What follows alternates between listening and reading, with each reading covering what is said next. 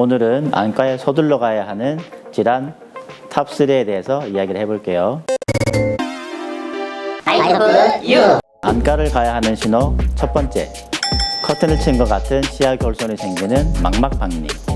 망막박리가 생기게 되면 빛이 번쩍번쩍하는 광식증이라는 게 생기거나 날파리나 이물질이 떠다니는 같은 비문증이 생기거나 이게 심해지면 망막이 분리되면서 시야가 한쪽이 커튼이 친 것처럼 가려지거나 안 보이게 되는 증상들이 생기게 됩니다. 망막박리의 원인은 크게 세 가지 타입으로 나뉘게 되는데 그중 첫 번째 타입은 망막에 구멍이 생기면서 액화된 유리체가 들어가면서 망막이 서서히 분리되는 타입이 있고, 두 번째는 눈에 염증 같은 게 오래 생기게 됐을 때 눈 내부에 섬유성 조직들이 증식하기 때문에 섬유 조직들이 망막을 끌어당겨서 발생하는 견인성 망막박리가 있고, 세 번째는 당뇨나 고혈압 같은 지저질환이 있을 때 망막 아래쪽에서 장액성 삼출물이라고 하는 액체가 보이면서 발생하는 장액성 망막박리가 있습니다. 이 외에도 다른 질환이 없이 외상성 충격이나 고도근시가 있는 경우에 저절로 망막박리가 생기는 경우도 있습니다.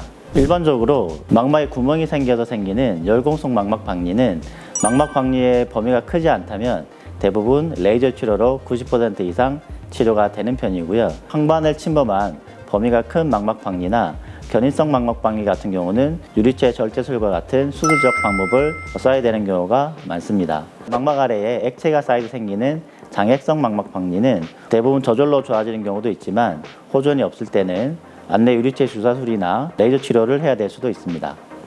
안과를 가야 하는 신호 두 번째, 안압이 급격히 오르면서 충혈이나 안통이 동반되는 급성농내장. 우리 몸에 혈압이 있듯이 눈에도 안압이라는 게 있습니다. 이 안압이 갑자기 오르게 되면 충혈이 생기고 안통도 생기면서 두통이나 구토까지 동반될 수 있고, 이걸 방치하면 시신경이 손상되면서 실명할 수 있는 위험이 있기 때문에 가능하면 빨리 병원에 내원해서 치료를 받아야 됩니다. 급성농내장으로 안과를 내원하게 되면 여러 가지 정확한 검사를 통해서 치료를 하게 되는데, 안약이나 주사와 같은 약물 치료를 먼저 하고 이 약물 치료에 효과가 없는 경우는 레이저 치료나 응급수술을 간혹 하게 되는 경우도 있습니다. 안과를 가야 되는 신호 세 번째, 급격히 시야가 상실되는 망막혈관 폐쇄. 망막에 영양분과 산소를 공급해 주는 것은 당연히 망막혈관들이 하고 있습니다. 망막혈관 폐쇄가 되게 되면 초기 증상이 없이 서서히 시력이 나빠지다가 급격히 시야 손상과 시력 저하가 되는 특징이 있습니다. 망막혈관 폐쇄가 되면 혈류 공급이 원활하지 않기 때문에 혈류를 잘 통하기 위해서 안압을 낮춰주는 치료가 일반적으로 먼저 시행이 되고, 막힌 혈관 부분은 혈전 요괴제 등을 사용해서 녹여주는 그런 시술이 있고, 때에 따라서는 수술적 치료가 필요할 수도 있습니다.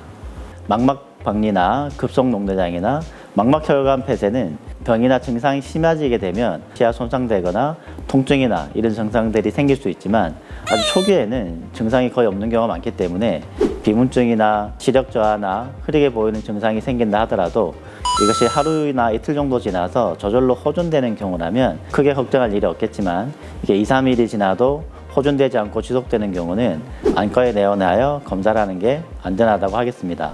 젊은 환자들의 경우는 위험한 만성질환이 그다지 많은 편은 아닙니다. 보통 40대 이하는 젊은 축에 속하기 때문에 눈에 불편한 증상이 계속 지속될 때 그때마다 안과에 내원해서 검사하는 것도 괜찮은 방법이 되겠고, 40대 이후에는 만성질환들이 잘 생기기 때문에 아무런 증상이 없을 때도 1년에 한 번 정도는 안과에 내원해서 검사를 받는 것을 추천드립니다. 눈의 위험한 신호 탑3에 대해서 알아보았습니다. 다른 궁금한 점이 있으면 언제나 댓글로 남겨주세요. 좋아요, 채널 구독, 알람 설정까지. 저는 아이존 안과 안양점에서 찾아뵙겠습니다. 고맙습니다.